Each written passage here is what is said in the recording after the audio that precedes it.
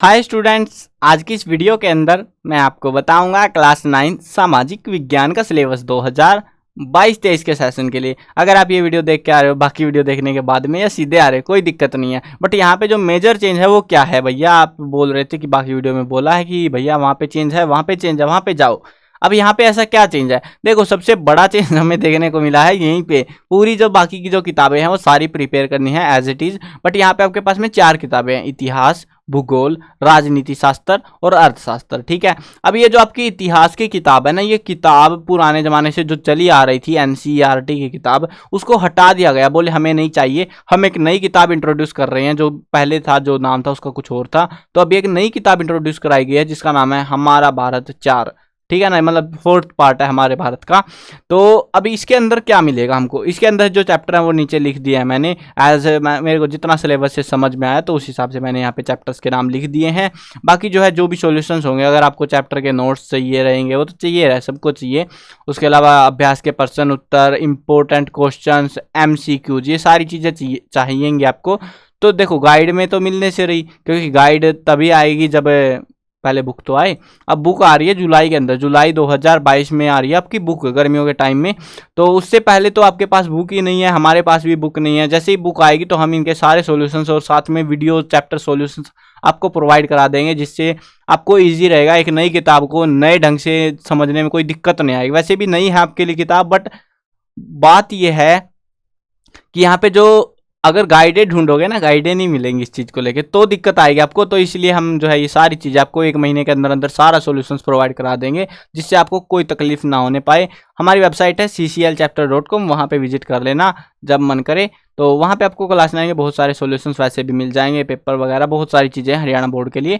अब यहाँ पे चैप्टर्स देखते हैं, चैप्टर किस टाइप के आ रहे हैं। पहले क्या था, पहले हम जो है ना, बदली क्यों है आपके मन में ये भी सवाल आएगा। तो बदलने का जो मेजर रीजन था वो ये था कि हम जो इतिहास पढ़ रहे थे वो पुराने ज़माने का था ही, लेकिन हमने एक और चीज़ नोटिस करी, वो हम विदेशियों का पढ़े जा रहे थे, अपने भारत का नहीं पढ़ रहे थे। अब इन्होंने क्या करा, अपने खुद का जो है इतिहास यहाँ पे ऐड किया गया है। जो पुराने जो टॉपिक्स थे, जो कि बाहर के देशों से इम्प्रेस्ड थे, उनको हटा दिया गया है और इंडिया का इतिहास, हमें भारत का इतिहास देखने को मिलेगा।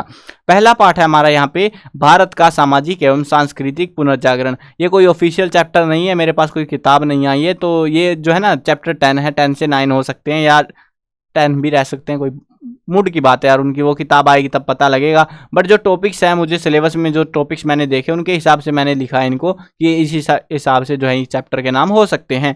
ठीक है, मतलब उन्होंने जो है ना सिलेबस में चैप्टर के नाम लिख रखे थे, तो ये भी चैप्टर के नाम है, बट ये नहीं पता कौन सा ऊपर नीचे कर रखा है या फिर एक साथ फ्लो में दे दिया है। तो वो हम देखेंगे जब आएगा तब की बात है।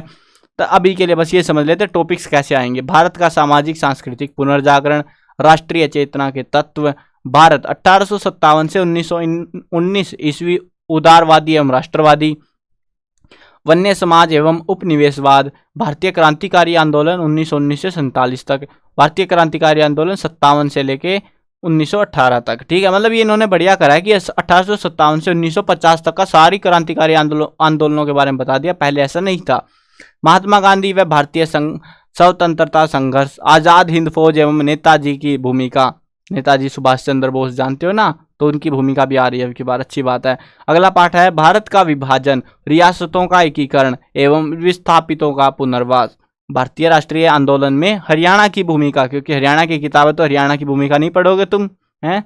तो बताना यार, तुम अपनी राय जरूर बताना कमेंट्स में कि आप क्या सोचते हो इस बारे में, किताब बदल के इन्होंने अच्छा किया या नहीं किया। बाकी मेरे हिसाब से बहुत बढ़िया काम करा है इन्होंने, कि मतलब जो बाहर का इतिहास पढ़ रहे थे कि भैया यूरोप में ये हो गया, उस देश में ये हो गया, अरे भैया अपने देश का पता कर लो यार। अपने देश में भी बहुत चीज़ें हुई हैं, अपने देश का पता नहीं रहे बार बार कि हमारे देश में स्वतंत्रता सेनानियों ने ये करा। बट इतिहास उठा के देखो आप, इतिहास की किताबें पढ़ते जाओ, कहीं नहीं मिलेगा। मतलब ये जो स्कूल वाली किताब है, तो इनमें भी उनको ऐड करो ना, तो अब ऐड करने लगे हैं, अच्छी बात है। इसीलिए मेरे को बढ़िया लगा ये कि अपने देश वाले जो स्वतंत्रता सेनानी हैं उनके बारे में जो है, जिन्होंने अहम योगदान दिया है देश की आज़ादी में, तो उनके बारे में जिक्र होगा किताबों के अंदर। बट पहले ऐसा नहीं था, पहले ऑफिशियल किताबें हुआ करती थी, बट स्कूलों के अंदर जिक्र ही नहीं था कोई ऐसा।